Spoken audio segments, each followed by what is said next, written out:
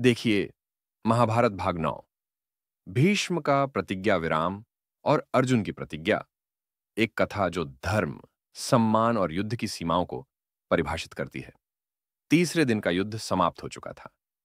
कुरुक्षेत्र की रणभूमि में चारों ओर रक्त की नदियां बह रही थीं। पितामह भीष्म के नेतृत्व में कौरव सेना अब तक अजेय रही थी।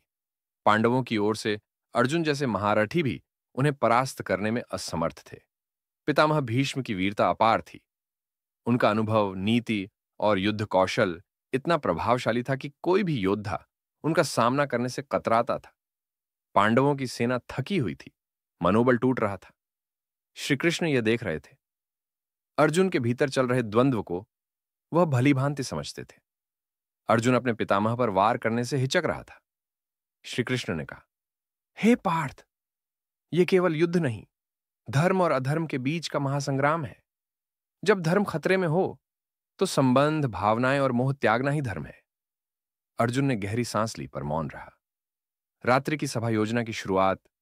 रात को पांडव शिविर में एक विशेष सभा बुलाई गई। श्री कृष्ण, युधिष्ठिर, भीम, नकुल, सहदेव, द्रौपदी और अन्य योद्धा उपस्थित थे। द्रौपदी ने कहा, जब तक पितामह भीष्म रणभूमि में अजेय हैं, हम इस युद्ध को नहीं जीत सकते। अर्जुन को अब संकल्प लेना होगा।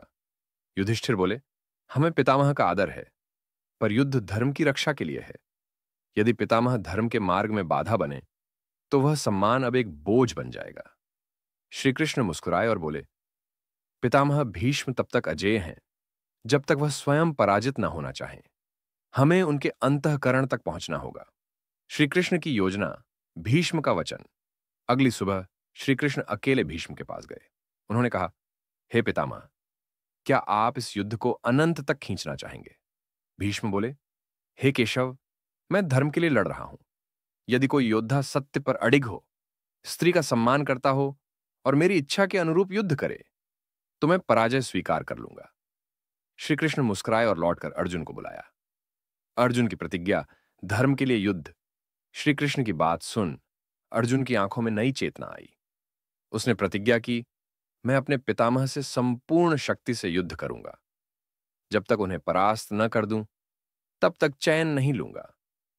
उस रात अर्जुन ने ध्यान लगाया, अपने भीतर के मोह को त्याग दिया और धर्म के मार्ग पर अडिग रहने का निश्चय किया। युद्ध का चौथा दिन।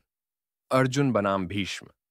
अगले दिन जब युद्ध शुरू हुआ तो अर्जुन पूरे उत्साह से रणभूमि में उतरा। श्री कृष्ण सारथी बने और अर्जुन को लगातार धर्म का स्मरण कराते रहे।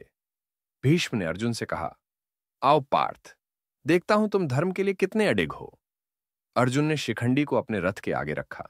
शिखंडी, जो पूर्व जन्म में अंबा था, भीष्म के लिए वह योद्धा था जिस पर वह शस्त्र नहीं उठा सकते थे। भीष्म ने अपने धनुष नीचे कर दिए।